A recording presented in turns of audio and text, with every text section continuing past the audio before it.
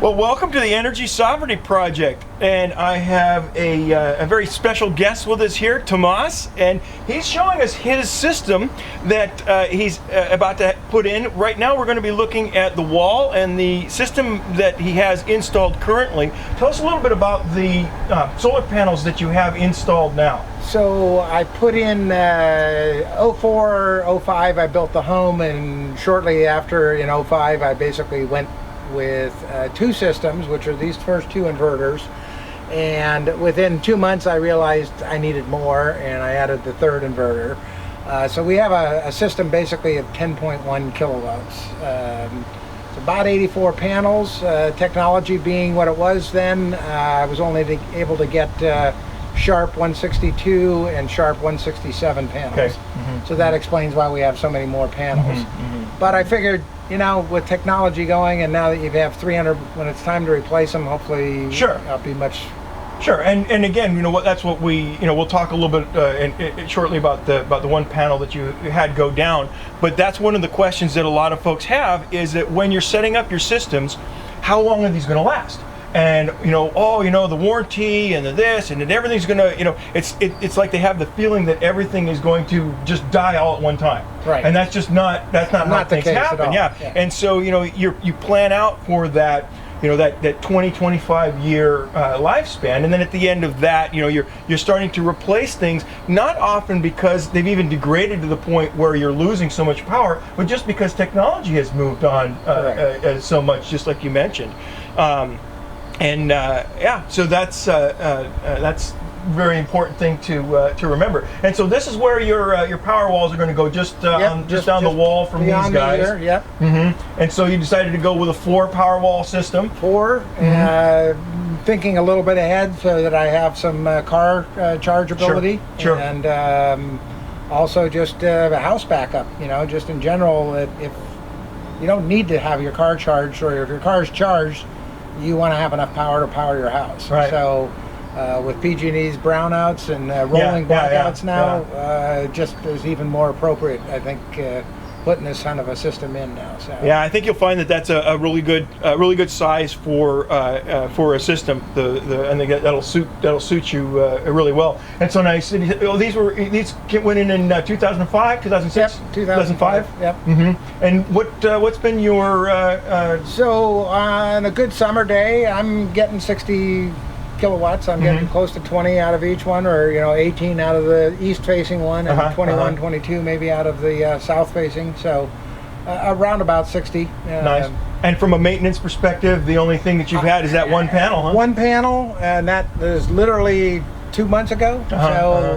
Not bad. And the only thing that I look at that is adventitious, and you can check that when you tap the panel and you see what your reading is. If you wash them and clean them and get the pollen and the road grime and the dirt that's in the atmosphere off of them, you get 10 to 15% more power out of it. So if you're, reading 15 and you should be at 20, you start to realize real quick what's going on. Yeah, get the hose out. Yeah. And so that was something that I've just recently kind of started to think about, is at the Energy Sovereignty Project home, the roof is quite elevated. And so, how do you? So I have my guys pressure wash them, and that works fairly easy. Try to get on in the morning when it's still cool, and do it before the panels are getting hot. Obviously, that I can highly advise. And with telescoping wand, you can reach pretty much anything. Sure. So, what I have found that's been really good is to use like a car wax product. And clean the glass with that, and shine it and buff it, because the dirt just doesn't repel, it repels the dirt then. So now in between power washing cycles, you can just rinse it and get most of the grime off fairly easily and fairly quickly. So yeah, I'd heard that, and there are a couple of new ones on the market now that are supposed to be extremely good. And so we'll have to. Well, it's like a ceramic coating on a car. Yeah, right? Sure. Stuff just slides right off. Sure. So it works exactly the same way. When you get some practical experience on that, let's climb up on your roof later and take a look at how some of that stuff works. Yeah. So now, when from the time that you pulled the trigger on the power walls how long did it take before you got your install date? Just about 2 months. Uh-huh. Yeah, not, you know, I had gotten quotes from anywhere from probably 2 to 3 months from a couple of different companies, but I found that, you know, once I found SunWorks, I was very happy with them and their process, because simply they knew what they were doing, and they weren't giving me a bunch of, well, it could be this, could be that. Yeah. Which, as a contractor myself, I want to know what the bottom line is going to be. Yeah. And I want to be able to deliver on that, if not better. They're a really good crew, and again, it was funny 2 years ago, you know, when I first brought them the idea for the energy sovereignty project, the look on their face was pretty amusing. Like, what do you want to do? Yeah. You know, and so since that time, they've said, yeah, you know, we've had the confidence to do a lot of larger, you know, large systems, you know, and so it's a learning. I had a lot of companies that tried to talk me into only doing one or two. Sure. Simply because they didn't want to get into the complexity. I think exactly, you know? Exactly, and then also it might have been too that, oh, you know, they're thinking, you know, if we've only got, you know, X amount that we can deliver, because that's the other thing that goes hand in hand with that, is that companies like SunWorks now that are doing more of these installs, that also, just like a car dealership, the more you do, the more batteries that you'll get. And so that's the feedback that I've gotten from SunWorks is that the reason that they're able to get them out so quickly is because they're doing a lot of them. And they're willing to get them the batteries that they need. And with the self-generation incentive program that California has going, that's one of the things that has become really important, is that they get it done. Yeah, and we've been paying for it. Yeah. We have all been paying for it on our bill. There's a line item on your bill that shows how many billions of dollars have been collected, and it's staggering. It really is. And it's money that PG&E can't touch. They need to basically redistribute it back out to the consumer. So. And I was shocked to find that in the Sacramento area up there, we were actually the only ones, when we put in the Energy Sovereignty Project, we were the only ones to take advantage of the self-generation program.